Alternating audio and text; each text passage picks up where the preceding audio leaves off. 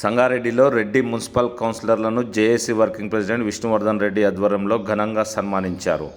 Sangareddy పోతిరెడ్డిపల్లిలోని JRR function హాల్లో జిల్లాలో నూతనంగా ఎన్నికైన మున్సిపల్ కౌన్సిలర్లను జిల్లా Reddy JAC working president K Vishnuvardhan Reddy ఆధ్వర్యంలో ఘనంగా సన్మానించి శుభాకాంక్షలు తెలియజేశారు.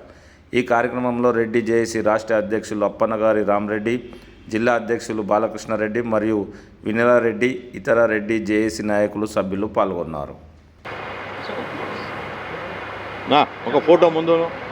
ఒక ఫోటో తీసుకోను అందరు నవ్వినట్టు. ఈరోజు సంగారెడ్డి జిల్లా ప్రాంతంలో ఉన్నటువంటి 10 మున్సిపాలిటీల్లో గెలిచినటువంటి మున్సిపాలిటీ కౌన్సిలర్లు అందరికీ సన్మాన కార్యక్రమాన్ని జిల్లా అధ్యక్షులు విష్ణువర్ధన్ రెడ్డి గారు, మహిళా అధ్యక్షురాలు వెన్నెల గారు వారి ఆధ్వర్యంలో ఇలా సన్మాన కార్యక్రమం చేసి వాళ్ళకు పరిపాలనా దక్షత, ప్రజలతో ఎట్లా మెదులుకోవాలి, ఏరియాలో అభివృద్ధి కార్యక్రమాల్లో ఎట్లా పాల్గొనాలి అనే దాని మీద సూచనలు ఇవ్వడం జరిగింది రాష్ట్ర రెడ్డి జేఏసీ తరఫున. దాంట్లో ముఖ్యంగా మనం చెప్పేది ఏంటంటే, రాష్ట్రం లోపల రెడ్డి కులస్తులందరూ ఉన్నవాళ్ళే అనేది కొందరి భావన. ఇలా ముఖ్యమంత్రులైనా, మంత్రులైనా, ఎంపీలైనా పేద రెడ్లకు జరుగుతున్నటువంటి ఉరగబెడుతుంది ఏమీ లేదు. ఒక్క ప్రభుత్వ పొలం కూడా ఇప్పటిదాకా అందివ్వలేని రాష్ట్రం ఏదైనా ఉందంటే మన తెలంగాణ ప్రాంతం. గత ప్రభుత్వం ఏం చెప్పింది, రెడ్లల్లో చాలామంది పేదవాళ్ళు ఉన్నారు, వాళ్ళని కూడా ఆదుకుంటాం, రెడ్డి సంక్షేమ కార్యక్రమాలు, రెడ్డి కార్పొరేషన్ ఏర్పాటు చేస్తామని 2018లో వాళ్ళు మేనిఫెస్టోలో పెట్టి ఎలక్షన్లో పోవడం జరిగింది. ఉక్కుమ్మడిగా పేద రెడ్లందరూ, మరి గ్రామీణ ప్రాంతంలో ఉన్నటువంటి పేద రెడ్లందరూ వాళ్ళకు ఓట్లు వేసి అందరినీ గెలిపించడం జరిగింది. దాని తర్వాత వాళ్ళు విస్మరించారు. రెడ్డి కార్పొరేషన్ ఇస్తామని చెప్పి వాళ్ళు విస్మరిస్తే 10 సార్లు బహిరంగ సభలు, పాదయాత్రలు, ధర్నాలు, దీక్షలు, మరి అనేక రకాల కార్యక్రమాలు, మెమరాండాల ద్వారా కూడా ప్రభుత్వాన్ని తెలియజేయడం జరిగింది. గత ప్రభుత్వ పాలనలో 3 బై ఎలక్షన్లు వచ్చినాయి. దుబాక, హుజురాబాద్, అదేవిధంగా మునుగోడు ప్రాంతం. మేము ఎప్పుడు కానీ బై ఎలక్షన్లు రాగానే వాళ్ళని అడిగితే వాళ్ళు ఒక స్టేట్మెంట్ ఇస్తుండే, ఇప్పటి నుండి మా దగ్గర రావాల్సిన పని లేదు, మీరు టీవీ స్క్రీన్లలో ఇంట్లోనే కూర్చొని చూడండి, ఖచ్చితంగా రెడ్డి కార్పొరేషన్ ఇస్తామని చెప్పి మమ్మల్ని మభ్యపెట్టారు. అయినా ఎలక్షన్ల దగ్గరకు వస్తున్న తరుణంలో 2022లో ఇదే ప్రాంతంలో మెదక్ జిల్లా కలెక్టర్ ఆఫీస్ను ప్రారంభానికి కేసీఆర్ వస్తున్నాడు. మేము ఇక్కడ పెద్ద ఎత్తున సమావేశమై ఇదే సంగారెడ్డి చౌరస్తాలో కేసీఆర్ గారి దిష్టి బొమ్మను తగలబెట్టి కూడా నిరసన వ్యక్తం చేయడం జరిగింది. మాకు ఇచ్చిన మాట, నువ్వు పెట్టిన మేనిఫెస్టోలో పెట్టిన మాట ఏమైంది అని. అయినా పట్టించుకోలే.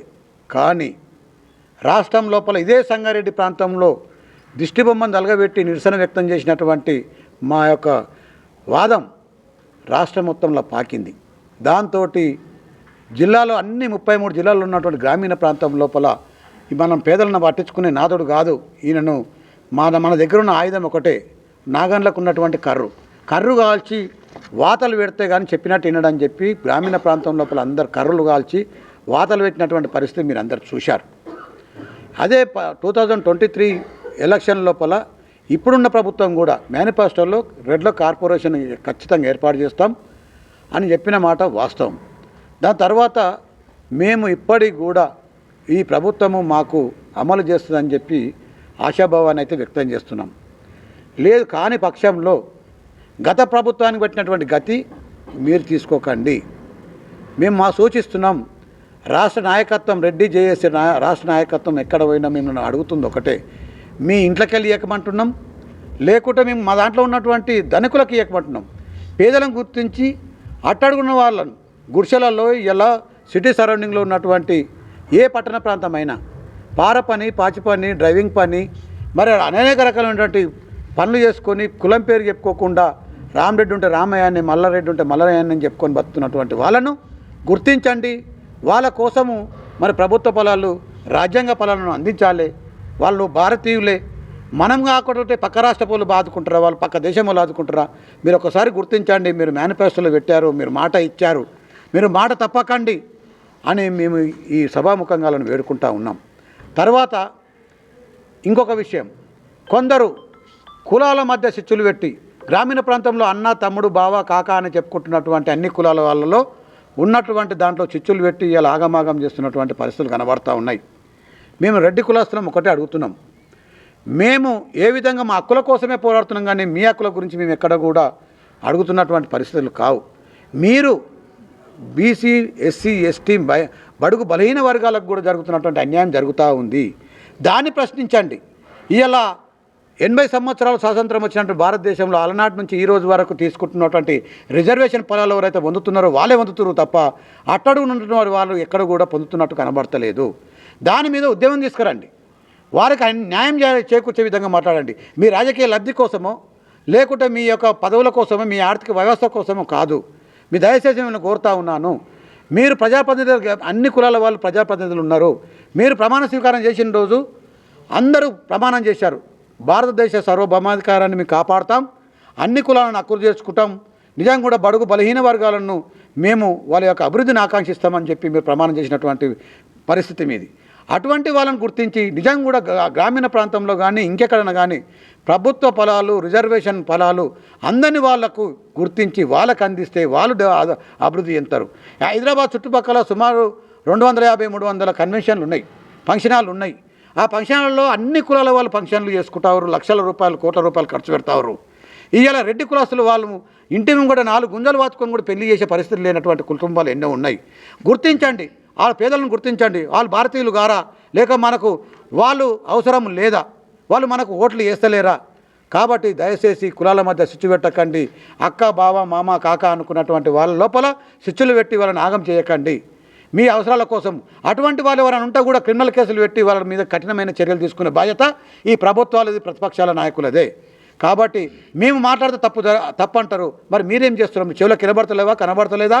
లేకుండా గరీబులు చూస్తూ కూర్చుంటారా? గరీబులను చూసి మీరు ప్రజాప్రతినిధులు గారా? మీరు కాపాడలేరా? మీ నియోజకవర్గాల్లో ఉన్నటువంటి పేదలను కాపాడే బాధ్యత మీకు లేదా? ఒకసారి గమనించండి ప్లీజ్. దయచేసి ఈ వాయిస్ మీరు సోషల్ మీడియా ద్వారా కూడా మీరు పంపించండి, లేకపోతే ఎలక్ట్రానిక్ మీడియా, ప్రింట్ మీడియా ద్వారా మీరు దయచేసి మీకు చెప్తా ఉన్నాను. ఇవాళ బడుగు బలహీన వర్గాలలో ఉన్న పేదరికాన్ని నిర్మూలన కోసం మీ ఎంత కృషి కూడా మీరు చేయండి. మా ఎంత కృషిగా మేము చేస్తాం. అందరం కలిసి ఉద్యమం చేద్దాం. వాళ్ళ కోసం ప్రభుత్వ ఫలాలు, రిజర్వేషన్లు అందించే విధంగా మనం ప్రయత్నం చేద్దామని చెప్పి మీకు ఈ సభాముఖంగా తెలియజేస్తున్నాం. ఈరోజు గత మున్సిపాలిటీలో ఎలక్షన్లో జరిగినటువంటి సంగారెడ్డి జిల్లాలో గెలుపొందినటువంటి రెడ్డి కౌన్సిలర్లందరికీ కూడా స్థానిక జేఆర్ఆర్ గార్డెన్లో సన్మానం చేయడం జరిగింది. మన సంగారెడ్డి జిల్లాలో 10 మున్సిపాలిటీలో గల 40 నుంచి 50 మంది కౌన్సిలర్లకి ఇక్కడికి విచ్చేసి వారికి సన్మానించడం జరిగింది. నిజంగా ఇలా అద్భుతమైనటువంటి కార్యక్రమం. ఇలా ఎన్నో చేస్తూ ఉంది జేఏసీ, రెడ్డి జేఏసీ. అసలు రెడ్డి జేఏసీ ఇంతకుముందు మా అధ్యక్షుడు గారు అన్నట్టు ఇది ఎవరి మా లబ్ధి కోసం కాదు. మా లోపల ఇలా రెడ్డిల లోపల ఉన్నటువంటి నిరుపేదల కోసమే మా యొక్క ఈ పోరాటం. చాలామంది గమనించాలి. ఇలా చాలామంది అంటున్నారు, అయ్యా ఈ అగ్రవర్గాలకు కూడా ఈ కుల సంఘాలు ఏంటి, వాళ్ళు ఎప్పుడు చూసినా వాళ్ళే రాజులు, వాళ్ళే పరిపాలనాధ్యక్షులు అంటున్నారు. కానీ ఇప్పటి వరకు స్వతంత్రం వచ్చి తను అన్నట్టు 70-80 సంవత్సరాలు అవుతున్నా మా దగ్గర కూడా కటిక నిరుపేదలు ఉన్నారు. ఇలా వాళ్లకు ఒక గవర్నమెంట్ పొలం అందాల్సిన అవసరం లేదా? వాళ్ళ తప్పు ఇలా భారతదేశంలో పుట్టడమేనా? ఇలా వాళ్ళకి ఇలా గుంట భూమి లేదు, ఇలా చేసుకుందామంటే ఒకటి ఏది లేదు, వాళ్ళ కులం అడ్డొస్తున్నది. నిజంగా తను అన్నట్టు పల్లెలో నుంచి సిటీల వరకు వలసపోయి ఇలా బేకరీలలోనో హోటళ్ళలోనో ఎక్కడనో పేరు మార్చుకొని ఇలా పనిచేసే పరిస్థితి కల్పిస్తున్నారు ఇలా ప్రభుత్వాలు. ఇప్పటికైనా నేను ఇలా రాజ్యాంగ నియాంతలారా ఇలా రాజ్యాంగాన్ని రాసిర్రు, కానీ ఒక వర్గానికి ఇంకా మనం అట్టడుగు దొక్కడం సబబు కాదు అన్నదే మా సిద్ధాంతం ఇలా ఇక్కడ. కానీ మేము ఏ సభలలో కూడా ఏ బీసీని నిందించలేదే, ఏ ఎస్సీని నిందించలేదే. మేము ఎక్కడ పల్లెటూళ్ళలో అయినా కానీ హక్కున చేర్చుకుంటాం. ఇలా అన్న తమ్మి ఇలా వాళ్ళు కూడా పెట్టినటువంటి కుల సంఘాలకు మా వెహికల్లను సైతం వాళ్ళకి ఇచ్చి పంపించినటువంటి రోజులు ఇలా ఎన్నో ఉన్నాయి. ఇలా అట్టడుగు వర్గాలు పెళ్ళిళ్ళు చేసుకున్నా మా దగ్గరికి వస్తే కాదు అనకుండా మాకు తోచినటువంటి సహాయం చేసి వాళ్ళను ఆదుకున్నటువంటి చరిత్ర మా రెడ్డిలది. కానీ ఇలా మమ్మల్ని ద్రోహులుగా ఇలా ఎంతోమందిని చూసినట్టుగా చూస్తున్నారు. నేను ఈ సభాముఖంగా ఏం చెప్తున్నానంటే వాళ్ళకు విన్నవించి దండం చేసి చెప్తున్నా, అయ్యా మీ పొలాల గురించి మేము ఎప్పుడు కూడా అనట్లేదు. మా కులంలో ఉన్నటువంటి పేదల విద్యార్థులు ఇలా పేదల గురించే మాట్లాడుతున్నాం తప్ప మీ గురించి ఎక్కడ లేదు. మనమంతా భారతీయులం. ఇలా కులాల మధ్యన ఎంతోమంది చిచ్చు పెడుతున్నారు. ఏమైందయ్యా ఇలా ఆ తీన్మార్ మల్లన్న ఇలా చిచ్చు పెట్టిండు. ఇలా నేను 50 సీట్లు గెలుచుకొస్తా అన్నాడు. సిగ్గుచేటు ఒక్క సీటు కూడా గెలుచుకోలేకపోయాడు. ఇదే అందరు రెడ్డిలు చేస్తేనే ఇలా ఎమ్మెల్సీ అయినావు. ఇలా ఎమ్మెల్సీని విడనాడి మళ్ళీ ఎమ్మెల్సీ గెలువు అని నేను ఇలా సభాముఖంగా చెప్తున్నా. ఎందుకంటే ఇలా నువ్వు చిచ్చు పెట్టాల్సింది భావ్యం కాదు. ఇలా నేను కూడా అనడం భావ్యం కాదు. కానీ అందరం భారతీయులం. ఇలా మొదటగా మనం భారతీయులం. ఇలా ప్రపంచ దేశాలు సైతం మన భారతదేశం వైపు మనం చూస్తుంటే మనం ఇవాళ అంతర్గతంగా ఇది ఈ కులం నాది ఆ కులం అని కొట్లాడుకునే చరిత్రలు వద్దు. ఇప్పటికే బంద్ చేసుకుందాం. ఇలా అందరం అన్నదమ్ముల తీరు మెదులామని ఇలా నేను సభాముఖంగా మీ అందరికీ చెప్తా ఉన్నా. మన భారతదేశం ఇంకా ఎత్తుకెదిగి ప్రపంచ దేశాలలోనే అగ్రగామి భారతదేశంగా ఎదగాలన్నదే నా సంకల్పం. ప్రతి భారతీయుడు ప్రతి బిడ్డ కూడా నాకు ఇలా ప్రభుత్వ ఫలాలు అందాలన్న సంకల్పంతో ఈ యొక్క యాత్ర తప్ప వేరేది కాదు. ఇలా మా కుల సంఘాలకు ఇలా ఆ సంఘాలను దూరం చేయండి ఈ సంఘాలను దూరం చేయండి అని కూడా మాది ఎక్కడా ఉండదు. కాబట్టి దయచేసి ఈ మీడియా కూడా చెప్తున్నాం, ప్రభుత్వాలకు కూడా అందే విధంగా ఇలా మీడియా ద్వారా మీడియా మిత్రుల ద్వారా ఇలా ఈ మెసేజ్ ప్రభుత్వాలకు కనువిప్పు కలగాలి. ఇలా నిజంగా ఒక్క గుంట లేదు, ఒక తిననీక తిండి లేదు, వాళ్ళకి ఇవ్వండి. ఇలా ఈడబ్ల్యూఎస్ వచ్చింది కొంత సంతోషం, ఇలా వాళ్ళ కోసం ఫలాలు ఇవ్వండి అన్నదే మా సంకల్పం. ఇలా ప్రభుత్వాలు కూడా కనుమరుగు చేసి మాకు ఒక రెడ్డి కార్పొరేషన్ అతి తొందరలోనే ప్రకటించాలన్నది మా సంకల్పం. ఇలా బీద విద్యార్థులు ఉన్నారు, వాళ్ళకు కూడా చదువుకోవడానికి పనికొస్తుంది. కాబట్టి మేమందరం కూడా ఎవరికి కాదు, ఇక్కడ మేము సన్మానించింది కూడా ఇలా మార్గదర్శకాలు ఎవరిని ఎట్లా చూడాలని మా అధ్యక్షుల వారు మా మహిళా అధ్యక్షురాలు వినయారెడ్డి గారు కూడా వాళ్ళందరికీ కూడా సూచించడం జరిగింది. ఇక్కడ శుభ పరిమాణం. ఎందుకు అంటే ఒక నాయకుడు ఉంటేనే సమాజం బాగుంటుందన్న రీతిలోనే వారికి శిక్షణ ఇవ్వడం జరిగింది. కాబట్టి ఇక్కడికి విచ్చేసినటువంటి మా సంగారెడ్డి జేఏసీ తరపున ఇక్కడికి వచ్చిన కౌన్సిలర్లందరికీ కూడా పేరు పేరున కృతజ్ఞతాభివందనాలు తెలియజేసుకుంటున్నాం. జై హింద్.